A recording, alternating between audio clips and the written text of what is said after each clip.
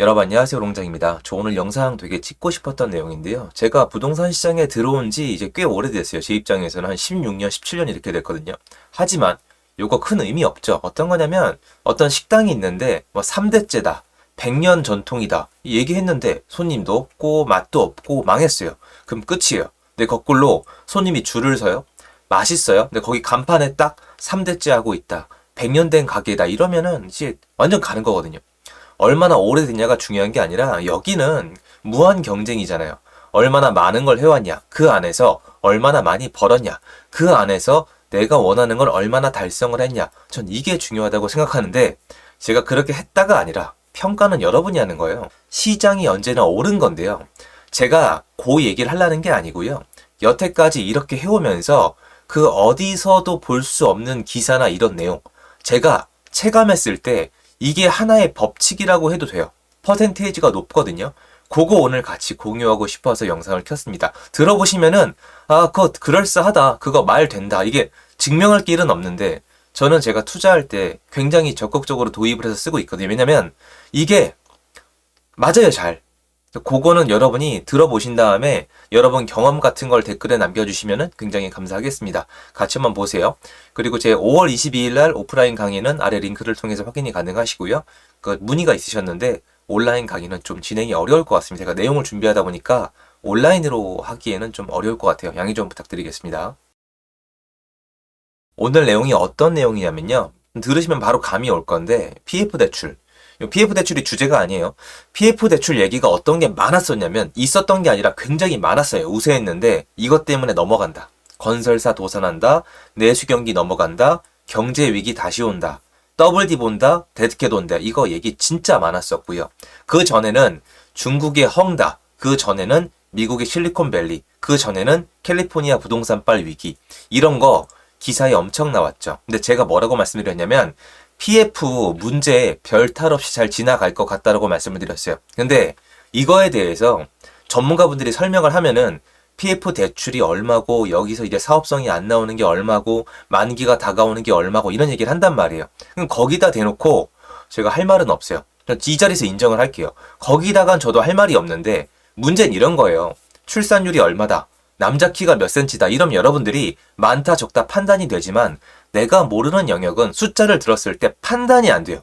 많은 건지 적은 건지, 늘어나고 있는지 줄어나고 있는지. 그때 제가 겪었던 건데 얼음공장 너는 PF 대출 리스크가 어떻게 될 것 같냐, 그래서 저는 이제 잘 넘어갈 것 같습니다 라고 했을 때 대부분의 답변이 뭐였냐면 너는 네 포지션 때문에 문제가 없기를 바라는 거다. 제가 그때 예로 이걸 들으니까 왜 엉뚱한 얘기 하냐고 비난을 많이 받았어요. 그때 제가 한 얘기가 뭐냐면 실리콘밸리 은행 사건 넘어갔죠. 헝다 사건 넘어갔죠. 이런 식으로 얘기를 했는데 왜 상관없는 걸 엮냐고 하셨는데 제가 엮은 부분이 뭐냐면 오늘 이 주제잖아요.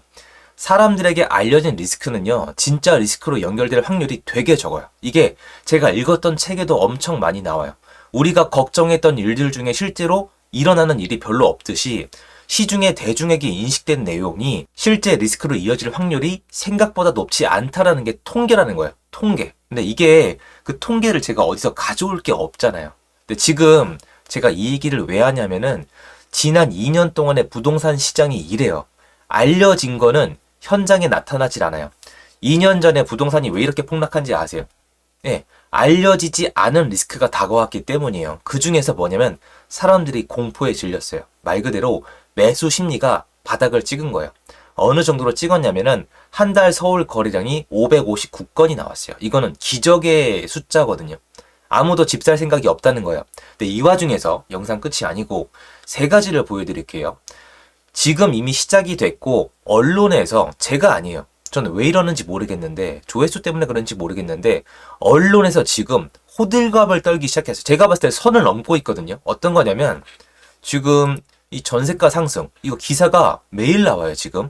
그리고 부동산이 2년 후에 올라간다, 26년 후에 올라간다, 그리고 매매가랑 전세가가 붙으면 올라간다, 그리고 상승하고 있다, 이 얘기가 지금 계속 나오고 있는데 미국 집값은요, 한국 집값이 아니라 강남 집값이랑 원래 연동성이 있어요. 이건 그래프를 나중에 보시면은 연동이 돼 있는데 오늘 그것까지 다룰 수는 없고요.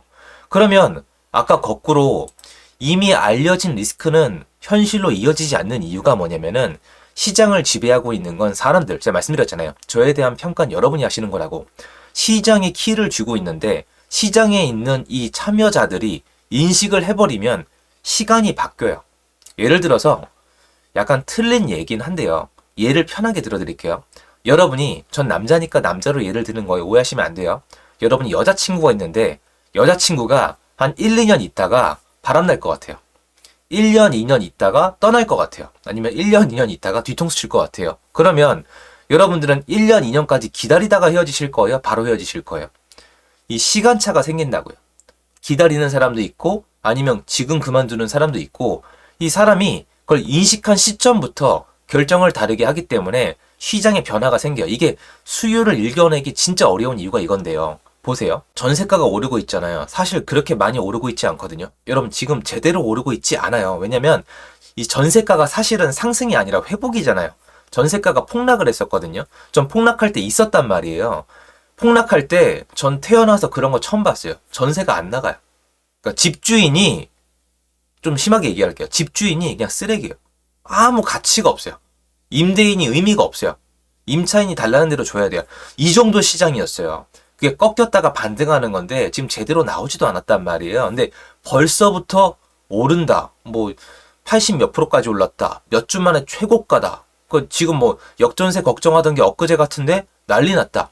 이런 얘기를 하게 되면은 아직 많이 상승한 것도 아니고 여전히 전세를 여러분이 원하면 고를 수 있는 시장이에요. 진짜 주요 단지 외에는 옆단지로 가시면은 전세 아직 구할 수 있고요. 강동구는 둔촌주공 때문에 지금 전세가가 약간 애매한 지역들이 있거든요. 근데 벌써부터 이래버리면은 임대인이랑 임차인이 급해지거든요. 그럼 이게 시장에 영향을 미쳐요. 무슨 말이냐면은 상승한다고 호들갑을 떨면은 수요가 몰려요. 어디에? 전세 수요가 몰려요. 전세 구하는 분들이 일찍 나간단 말이에요. 근데 이게 문제가 있어요. 사람들의 수요가 분산이 돼야 되는데 일정 시점에 딱 몰리면은 자동차가 길이 막히는 것처럼 쏠린단 말이에요. 자동차는 길이 막히면 시간이 날아가잖아요. 연료가 날아가잖아요. 여긴 돈이 날아갑니다.